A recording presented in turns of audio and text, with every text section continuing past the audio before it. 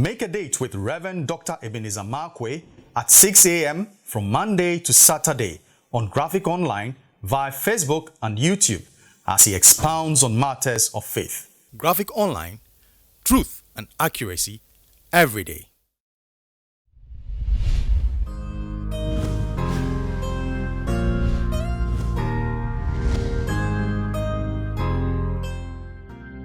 Hello, this is Reverend Dr. Ebenezer Markwe of Living Streams International, bringing you matters of faith with Graphic Online. And this morning I'd like to capture my thoughts with the words future doorways. Future doorways. Or you can say future openings. I remember on the Mount of Transfiguration in Luke chapter 9, the Bible says now Jesus went there with his disciples, of course, to go and pray. And they had to make a choice. They became spectators, but he was the participant. But then here's the interesting thing. The Bible says now as he prayed, the fashion of his countenance was changed and all those other things. And the Bible says something very critical. Moses and Elijah appeared. Now Moses is dead and Elijah is also dead. So what's the appearance for? They're supposed to be dead. But the Bible says now as he prayed, Moses and Elijah appeared. They came down. They were sent to come and talk to Jesus. And guess what? What they were doing, the Bible specifically said in Luke chapter 9 that they came to speak to him about his disease. That means his death.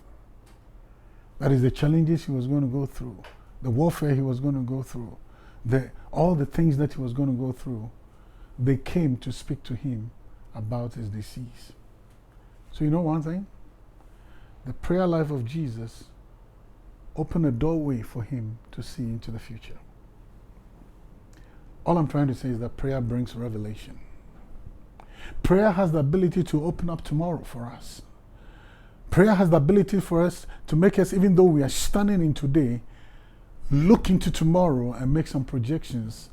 Prayer brings us information from the future to our present.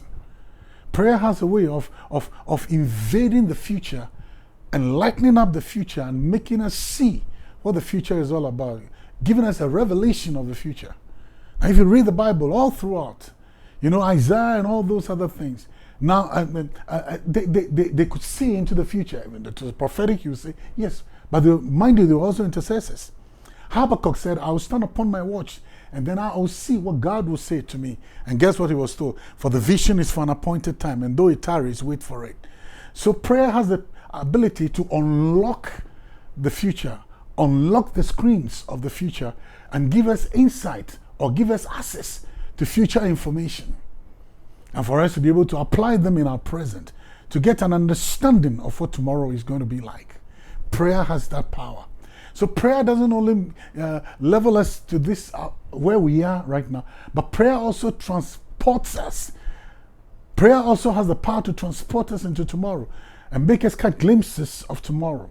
Not everything concerning tomorrow, because for we know in part and we prophesy in part. But at least prayer gives us the ability to visit and have glimpses of the future.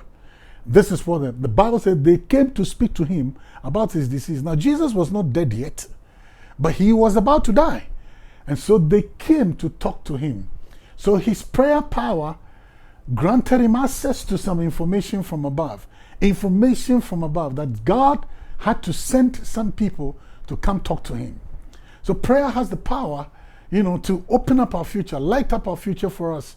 So even though we're standing today, by our prayer power, we can invade tomorrow and say some things into tomorrow, and not only invade tomorrow, but tomorrow can also come down to our present by opening the pages, opening the books, opening the chapters for us to see and for us to be advised and for us to be warned or for us to be cautioned or for us to be informed and encouraged. So the power of prayer transcends our present and lands in our tomorrow. So prayer has the power to take us right from where we are into tomorrow.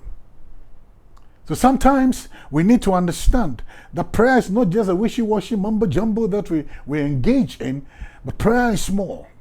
If you remember when Jesus was saying, he said, when you pray, he said, and deliver us from evil, and deliver us from evil, not delivered us, not the past, but the present and the future. So prayer has power to invade our future. The Bible says now, as he prayed, messengers were sent to come talk to him about things that were about to fall, things that were about to happen, things that were going to take place in his life. You see, you will never know the power of prayer until you engage in it. You can pay lip service to prayer until you begin to pray, because prayer unlocks the future. Prayer gives us glimpses of the future. So prayer can become doorways for tomorrow. Well, it's up to you to decide to pray or not. The choice is yours. See you later.